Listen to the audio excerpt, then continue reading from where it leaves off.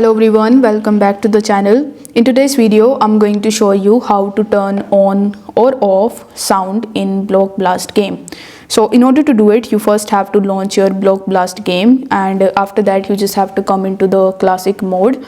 Now by default, the sound is turned on when you try to play the game, but if it is irritating to you and you want to turn it off, you just have to simply tap on this gear icon in the top right hand corner of the screen, and here you will see the sound option. So you need to tap on sound, and once you see this red line over here, it simply means that you have successfully turned off the sound in Block Blast.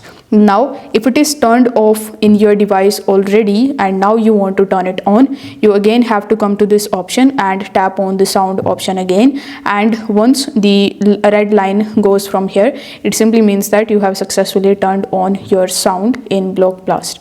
So if this video helped you out, don't forget to like the video and subscribe to the channel. Thank you so much for watching.